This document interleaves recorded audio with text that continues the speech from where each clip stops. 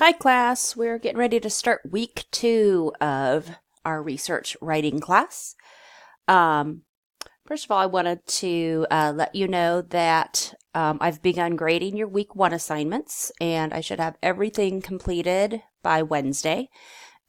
So make sure you always read my feedback on your assignments. Even if you get full credit, I may have still provided some specific feedback. So you would want to go to the evaluation drop-down menu and then grades, and you'll see what your grade is here on the right hand side of the page, and then my feedback as well. I'm also going to start using the Turnitin grade mark feature, which means I can actually type right on your submission. So in the feedback, if I said check Turnitin or grade mark for my feedback, you'll want to look at a different place to read the whatever it is that I've typed on your document. Since I am not registered as a student, I am not able to log in as a student and actually, see what feedback would look like. I'm thinking you need to go to the Dropbox and look under evaluation status and then view the Turnitin, or it's also called grade mark feedback there. At that point, Turnitin opens in a new tab, and then you can click on view grade mark feedback, and it's literally, you can see where I've typed comments onto your document. So if I've told you in your feedback to look somewhere else, to look at Turnitin or look at grade mark to read your feedback,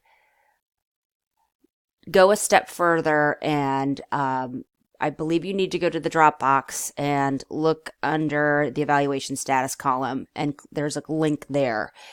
If you can't find it, please email me and let me know. I probably will have to contact someone in IT to see if they can explain it better. My email again is alakin@ben.edu. So let me know if you're not able to find that, because especially as we get further on into, when you write your outline or when you're typing your thesis statement and that sort of thing, I really will be using it a lot for that. So I want you to be able to find my feedback. So trying to get my cursor to work. It does not want to work today. It's been really goofy.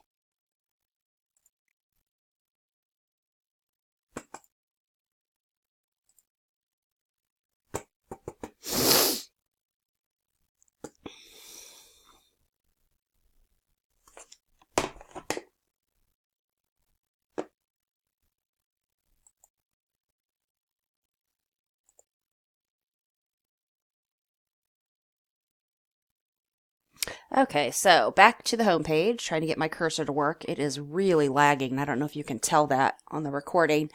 Okay, so everything should be graded by Wednesday. Please read my feedback. This week, so we're starting week 2. So let's go to the content browser. If my cursor will cooperate. I think it's because I'm recording and there's a bit of a lag. Okay, so I've clicked on the content browser. So now I'm going to click on week 2. And your first assignment is a discussion about your topic. So the purpose is to help you maybe think about your topic in different terms. A student might have something you've never thought about your topic. So it's just to help you generate more ideas about your topic. So, and that is the same topic that you submitted, the step 1, step 2, step 3 that was due Sunday night. We're also going to look more closely at how to do APA style in-text citations. If you've done MLA before and not APA, MLA and APA are very similar, and you'll definitely want to check out the sources in the week 2 resources submodule. So there will be 3 resources to help you with APA. An introduction one, specifically looking at APA, and then a handout on the importance of keeping the author's name with the year of publication. So check out those first 3 resources, and then also your text. And I've got the text chapter. I think it's chapter 33. Yes, review chapter 33, section 33C in the handbook. So that will be information that you'll need to refer to when you take quiz 2. The other quiz this week is called a virtual library scavenger hunt. It's getting you familiar with using the online databases. So I recommend you first go back down to the submodule, watch this video called Navigating the Library's Databases, which if you've already watched that, I just recently updated it. The audio was kind of weird, so I just re-recorded a video just this morning. So this video and this handout kind of go together. The handout is, gives you step-by-step on what to click on and that sort of thing. Also, you may want to view these tutorials that were created by the library. They are, oops, I didn't mean to do that. All right, we're back where we need to be. These tutorials are more detailed and are almost like a lesson. So after you've looked at the resources I've provided, if you still feel like you need a little more information, go ahead and check out those tutorials. And then here are the quiz questions. I went ahead and put them out so that you can look at several different places to find them, and then maybe once you feel comfortable with what the answers are, then you can go ahead and click quiz 3 and get started. The longest assignment, or the assignment that will take you the most amount of time, is going to be short writing assignment 3, which is actually finding some sources on your topic, looking through those sources and deciding if they are reliable and relevant, which those are 2 terms that are used in your Craft of Research book. Once you've found 5 sources, you will do this example for all 5 of them. So you will tell me the title of the article, the author of the article, the source, which means the title of the periodical, the date it was published, a very brief summary, literally with a sentence or 2. Answer if it's relevant, which you will find that out by reading your textbook, and then if it's reliable. So the reliable, you see I've got, like numbers. That's this last bullet here. Determine if the source is reliable and why. Answer the questions listed under Evaluating Sources for Reliability on pages 77 through 80 in the Craft of Research. So you will have this information typed out 5 times, each for a different source. And I know it seems early to be making you find sources and actually read them and look at them, but I know you already know this, we only have now 4 weeks left of class. So I need you to start finding good sources early in case you are having trouble, or maybe you find a whole bunch of sources on one aspect of your topic but not another. It's good to find that out now.